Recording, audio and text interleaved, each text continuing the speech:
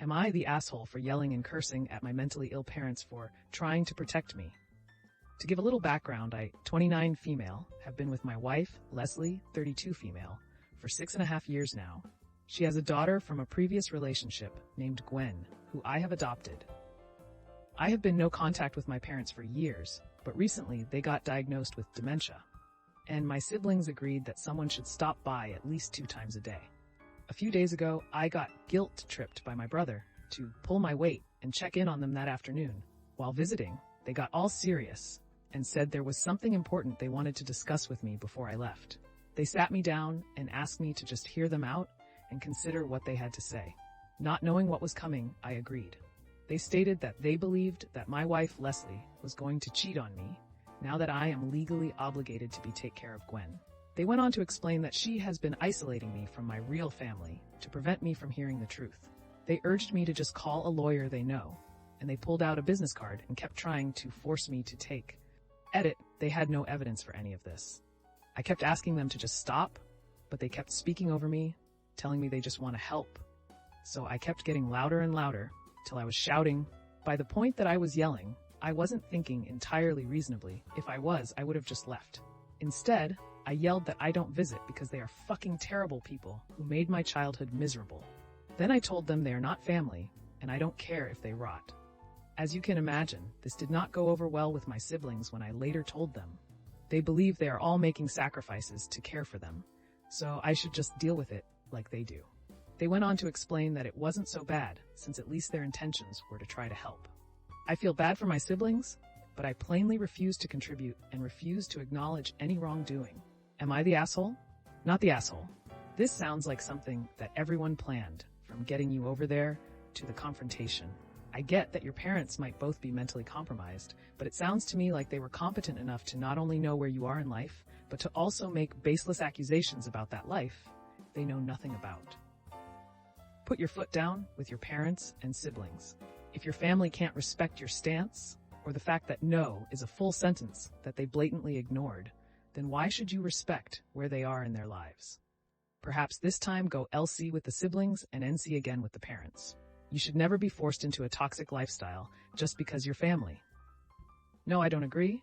We have no idea if they were competent enough for anything. With dementia, they could be completely paranoid and have all sorts of other accusation about all sorts of people.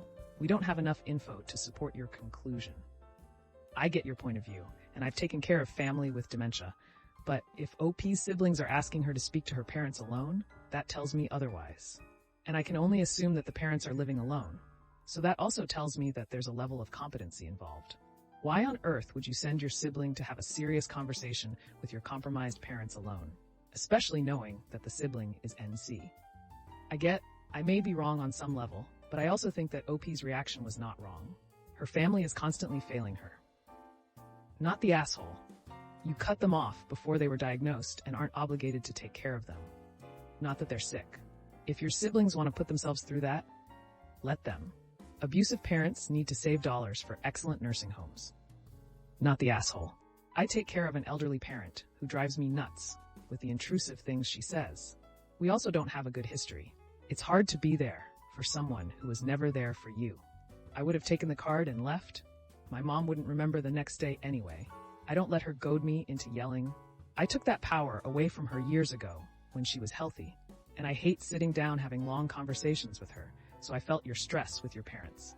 Just do what you feel is right for you, or learn to check in and control your time with them. Don't sit down for serious conversations. Keep it shallow and light. The other day she accused me of driving her car. I said what you want for dinner, and she totally forgot about the car. Lol. Divert. Who told you that both your parents have dementia?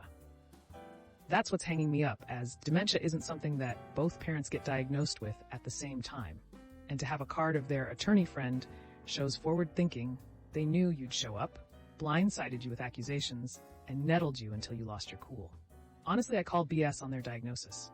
Your siblings say they've been taking care of them for years, yet the dementia is a recent thing for both of them? No. It sounds like you were happier without them in your life, so go NC with them again and move on. Not the asshole.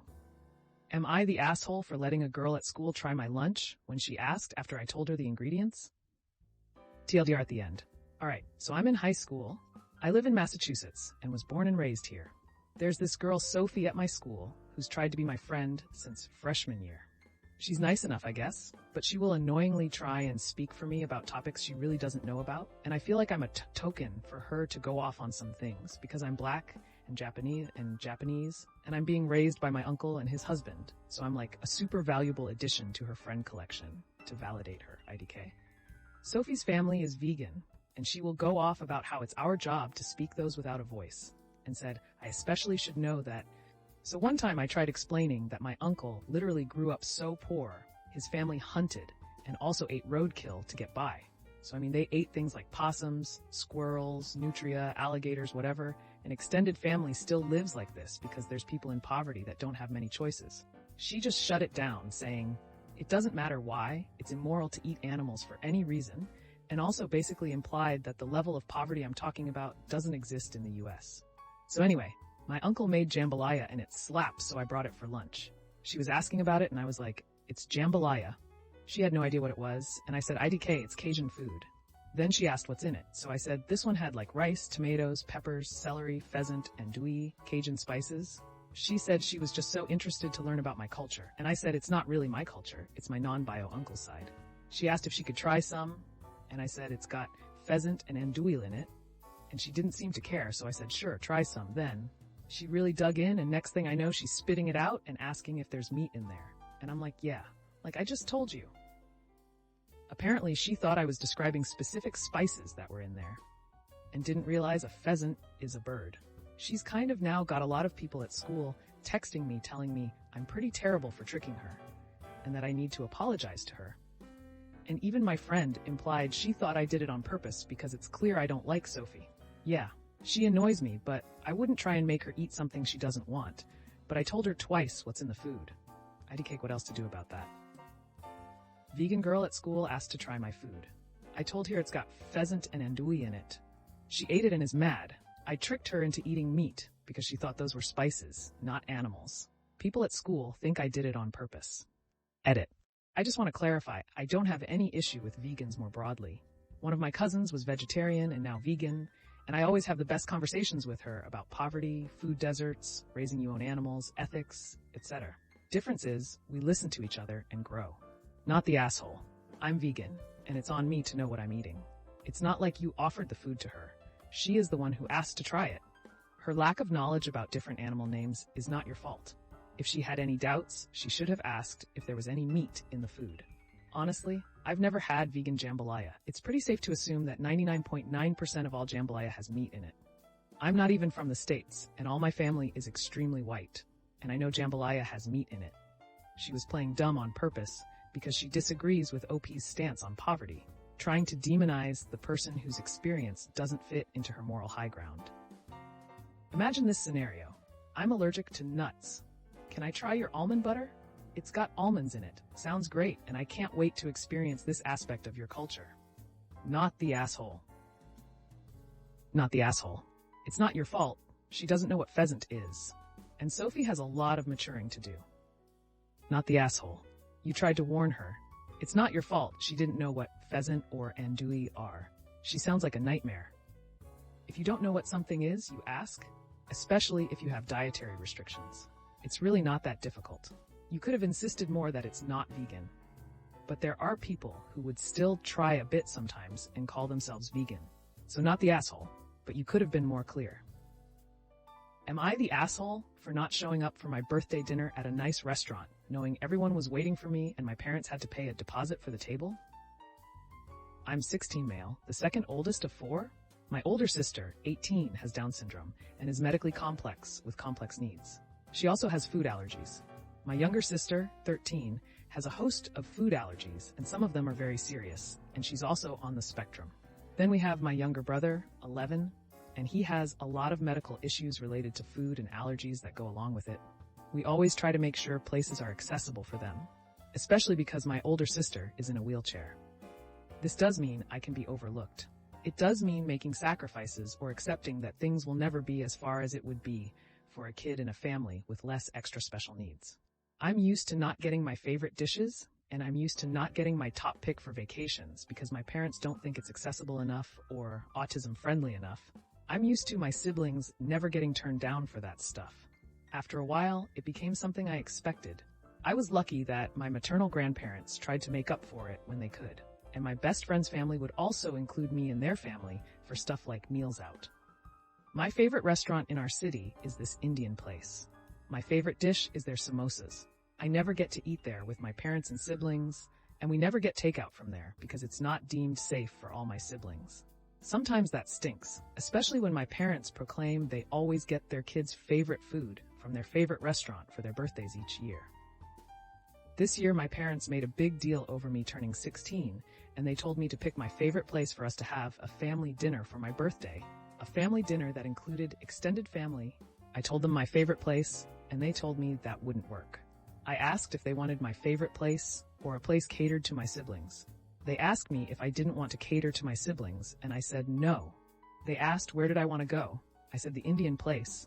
They gave me one of those looks and said they would give me more time to think. A couple of weeks after they asked me where I wanted to eat for my birthday, and I told them my answer had not changed. They asked me if I could really enjoy my birthday, knowing it wasn't accessible and safe for my siblings to eat there. And I said yes, since it's meant to be my birthday, and they wanted me to say my favorite restaurant. They told me they would book the family favorite, and went ahead and did that. The family favorite has nothing I actually like, I just tolerate it. They had everything planned, invited everyone, and when the evening came for the dinner, I just didn't go. My parents are furious with me. I had everything taken for a week, and they planned to continue the punishment in some way. My grandparents defended me, but my parents said I was rude. Am I the asshole? I'm so sorry. I hope your grandparents or BFF celebrated you. Just know in 2 years you can escape. Unless you can go to your grandparents or BFF to live there now, and they will wonder why you don't want to be with them anymore, or take care of your siblings when they can't anymore. The more fair alternatives would be to order takeout on birthdays, so you can get your favorite and they can get safe foods, and you eat at home or wherever can host your group as a whole. Or maybe one parent takes the birthday kid out for an outing and meal of their choice, one-on-one time, and cake back at home with the family. I'm sorry, OP. Happy birthday. They did. My best friend's parents even bought me a gift card for the restaurant, so I could go out with some of my friends. My grandparents also made sure I was celebrated in a way that actually celebrates me. You would think that would be the better option, but they always eat out, or if we do order takeout, they will only order from one place for the convenience it gives them. Not the asshole. Your parents are.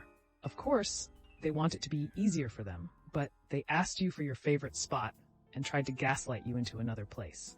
Sure, it's easier for them, but it sounds like you've had to do this your entire life. Not fair. As much as they want to include your siblings, they should be supporting you too. Maybe a compromise at an Indian place that's more accessible would be a compromise, but not possible, depending on where you live. I thought all restaurants needed to be ADA compliant. Regardless, this will forever be an issue in your life. Do you want to embrace it or run from it? Most places are wheelchair accessible. We have encountered a few places that aren't, or they are, but just barely, and it makes things more awkward.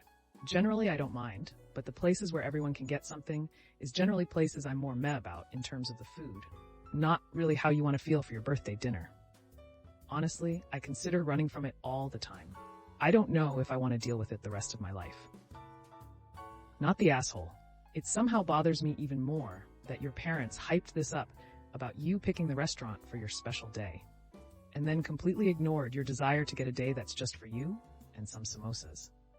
I hope in 2 years, when you turn 18 and can get out of there, your parents will be on Reddit wondering why you left at the earliest possible time. It hurts me to think about how many times in your life they've ignored your needs and made you sound like you're causing problems. Any possibility you could stay with your grandparents. Well, that's another episode of Am I the Asshole in the books? I really appreciate all of you who made it this far into the video. Of course, if you enjoyed this video, it would really help the channel out a lot if you gave the video a thumbs up, subscribe, or leave a comment down below. I hope that you enjoyed it, and I'll see you next time.